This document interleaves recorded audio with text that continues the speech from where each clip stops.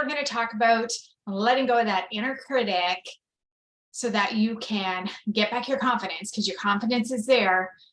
You wouldn't be where you are if you didn't have some confidence in there that you can tap into more. And we'll talk about that. And also to get back your time, because and I say we because I am in this as well, we lose a tremendous amount of energy, mental energy, tremendous amount of time overthinking, second guessing, holding ourselves back from putting our best selves forward. And so that's what I mean when we can let go of that inner critic, turn down the volume on her. You not only gain more confidence, you also get back so much more time. And so this is something that's really key when we think about creating balance in your life without sacrificing your performance, and actually even performing at a higher level and leading even stronger, because the inner critic and the worry and the doubt, that's the real problem. That takes up so much time and energy. And so when you can learn to let that inner critic go, to feel more confident in your choices, to have the courage to do the things that are aligned with what is true for you, your values, how you want to show up, the difference you can make, when you can come from that place more, again, you feel a lot more confident as you move forward, but you save a tremendous amount of time as well. And if you're going to start saying no more and putting in more boundaries, a huge part of this is learning how to let go of the inner critic. So one thing I call this letting go, because the thing is, the inner critic will be there. I don't think we ever get rid of her. It's a voice that's there to help us pay attention, to help us navigate unfamiliar territory. So anytime that you are out of your comfort zone, you are doing something new, you take a leap and you put yourself out there. Because the thing is, our comfort zone, even survival mode, that's comfort zone. That's what we know. That's our usual thing. So anytime you do something new, whether it's a new position, whether it is, a new project you take on, whether it's just going into a meeting that gives you some anxiety, anytime we're putting ourselves out there, the inner critic, that voice will pop up. So there's two voices, and it's in all our heads. That's normal to have the doubts and fears and worries. It's that, does it stop you? Does it keep you doing the things that you want to do? Does it leave you feeling crappy and not good? That's when, we want to pay attention and turn the volume down. So this is something that is very top of mind for me, because I've really been working through this. And so I want to keep it real with you guys and share with you what I've been doing, in the hopes that it can offer you something and can help you, and also know that you're not alone. We can look to other people and we think, they're so confident and look what they can do, and not know that, there's things they're dealing with too, and things that they're likely doing to be able to show up in that way and bring their best forward. So that's been on top of my mind, because I've been really dealing with this, and I'll talk a little bit about that. But it's also come up with clients or people I've connected with over the last couple of weeks. It seems to be a theme of, hey, I'm going into a really important meeting with someone, and I know if I just show up and give my best, I'll shine, but I'm so worried about falling on my face or saying the wrong thing, and that imposter syndrome is taking over and holding me back. That's a real challenge that came from someone. Or I had someone else who was talking about workload and all the things they had to do. And then when I asked a question like, what's the real challenge for you? What came up is that voice that says, even though logically might know, hey, I'm in this role for a reason, but there's that other unhelpful voice that's like, you can't do this, you're not good enough. What if you fail?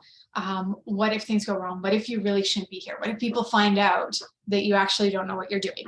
Two examples of a few that have brought that up. So that is why I wanted to talk to you today about this. And so this is unscripted. This is just me sharing with you my own struggle with it and what is helping, and offer you new perspective and ideas on what you can do to help you let go of that inner critic. So again, you can get back more confidence and time and feel a whole lot better. So let's start with my own journey with this. So The piece for me that I learned after I left my corporate career was that learning how to let go of the worry about what other people think, or the worry of not doing a good enough job on things.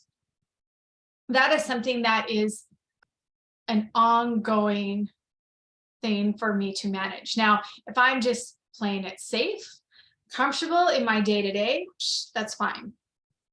I'm also, if I am one-on-one with someone and a small group, like that's very comfortable for me.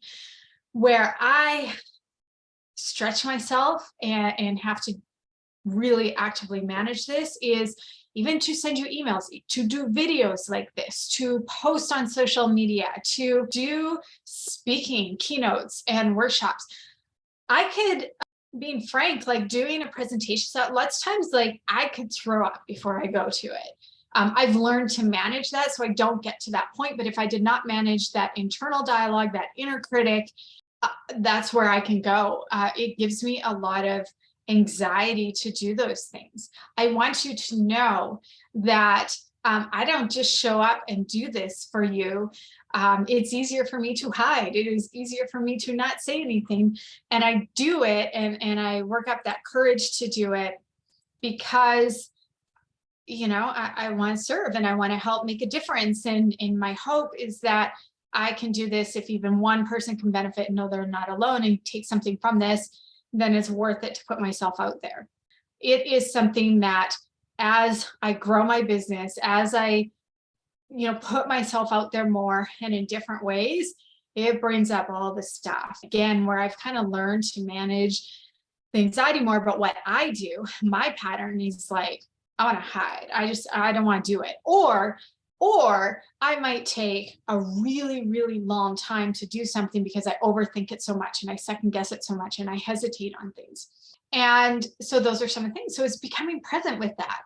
It's starting to notice those unhelpful thoughts. And a lot of times, if we can just notice it and observe it and not judge it, and that's mindfulness. And that's a big part of the work that I do with clients as well as part of the Balanced Leader program. But noticing and observing it to then go, okay, this isn't helping me. This isn't serving me and teaching me to not listen to that inner critic. So anyways, I'm just being upfront with you guys that this is something that I'm really working on. And it's something too, even in my corporate career, every executive meeting I went into, if I was doing something super comfortable, it was fine. But anytime doing something bigger or felt like I was putting myself out there more, no matter how much good feedback I had, I still had that feeling of not doing good enough. And what if I fail? Again, I'm sharing this with you so that you don't know so that you know you're not alone. But also when we can start to notice that inner critic and we can start to shift out of patterns that aren't serving us and let it go and move our attention to what does serve us, that's where you truly shine. That's where really your best comes from. Oftentimes we think imposter syndrome is a bad thing. And imposter syndrome, it can be a good thing, you know, where it's not good if it really stops you and you quit. I think that's one thing in my story is I got to the point where like, I don't like feeling this way. I'm just going to quit doing workshops and speaking. Even though I get good feedback, even though it makes a difference for people, I don't like the feeling. And so I was going to quit. I was going to quit doing it. I'll just go do something else, still do my own business, but not do that piece of it.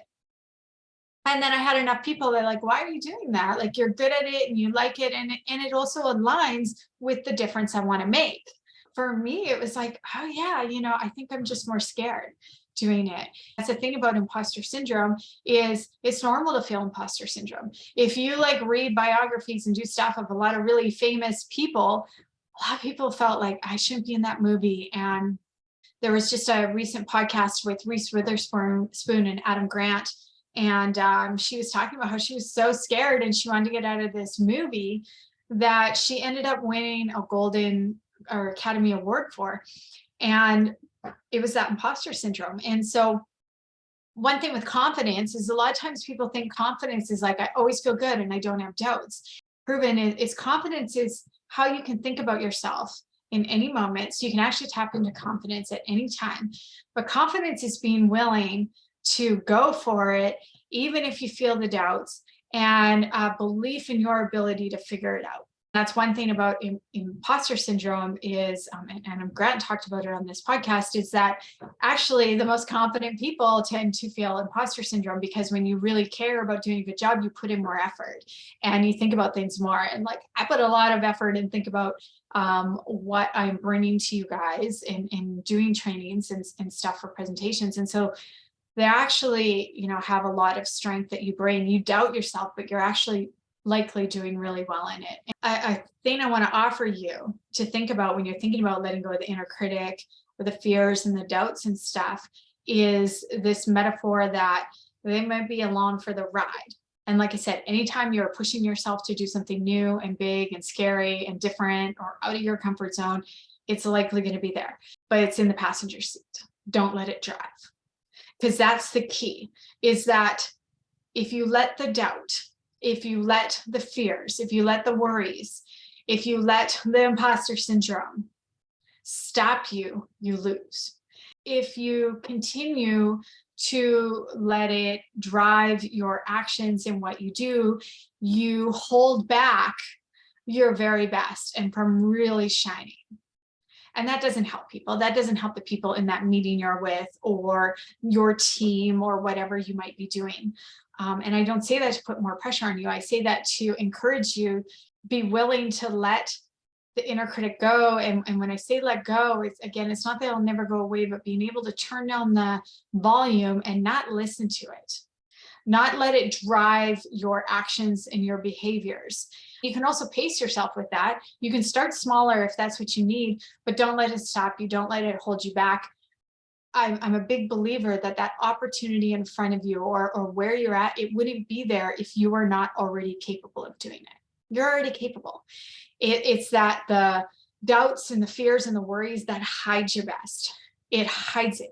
It's already there. And so learning again to let go of the inner critic, one, we just want to notice it. That's the first step. Self-awareness, noticing it, noticing when your thoughts are either helping you or they're not helping you. Notice when you're feeling anxious or overwhelmed or doubting yourself. We don't want to judge it. Don't be hard on yourself. Don't be like, there I go, being fearful again. Just notice it, observe it. And that's where then you can choose. Where do you want to put your mind and your attention? Because the thing about our mind is that it will go where we take it. So the more, if we tell ourselves we can't do something, guess what? You're more likely not to be able to do it. And so it's a self-fulfilling prophecy. So that's where we can choose where we put our attention. And you can break that habit. Like if you get in this spiral often, it's just a habit that you're in. Worry is just a habit. But the thing about worry and fears and doubts is it consumes a tremendous amount of mental energy. And so, some of it is healthy and good and it helps us show us our best, but there's also this tipping point where it gets to be too much and it stops you. And so what I want to encourage you is to notice it and then choose a different thought, choose a different pattern. And even if you have to do that 100 times a day, you start to build new ways of thinking and new actions, and it gets easier to do. Focus on how you are showing up and what you do bring to the table. The thing about confidence is that it's a feeling or belief. So if you don't feel confident in what you're doing yet, have the courage to go for it anyways. And you can also choose the lens of being confident in your ability to figure it out and that you will be okay, and you put yourself out there. And the more that you can do that, the more you will shine, the more you will get your time back. Because like I told you, I'd waste so much time on things because I'd overthink it. And now that I've been really actively working on this pattern, it's like, I'm amazed again how much I'm accomplishing in a day because I've taken out or I've turned down that inner critic and the overthinking and the second guessing myself. But it takes intention, it takes being deliberate, and it also takes doing the things that help fill you up. So another thing that I'm doing, and I encourage you to do, is listen to things, whether it's a podcast, whether it's a video like this, whether it's reading a book, a quote, whatever it might be. Make a list of the things that help fill you up and help remind you of why you're doing what you're doing. Practice it, and you can turn down that volume and just be more intentional to which voice you are listening to, because again, the doubts, the fears, the worries, that inner critic, those two voices will be there. You get to choose which one you're listening to. You get to choose which one is in the driver's seat or the passenger seat. And finally, when you can let go of the worry about what other people think, you will instantly gain confidence. So even asking yourself a question, if I wasn't worried right now, what would I do? If I wasn't doubting myself, what would I do right now? Just asking yourself those questions can help remind you of how you want to show up and what's important to you. And really the ultimate goal is to start to have those decisions come and choices come so that you can be you and authentic in your values and strengths and aligned with that to guide your choices. Okay, so I'd love to hear from you. What is a question on your mind or your biggest takeaway that I shared with you here? Put it in the comments.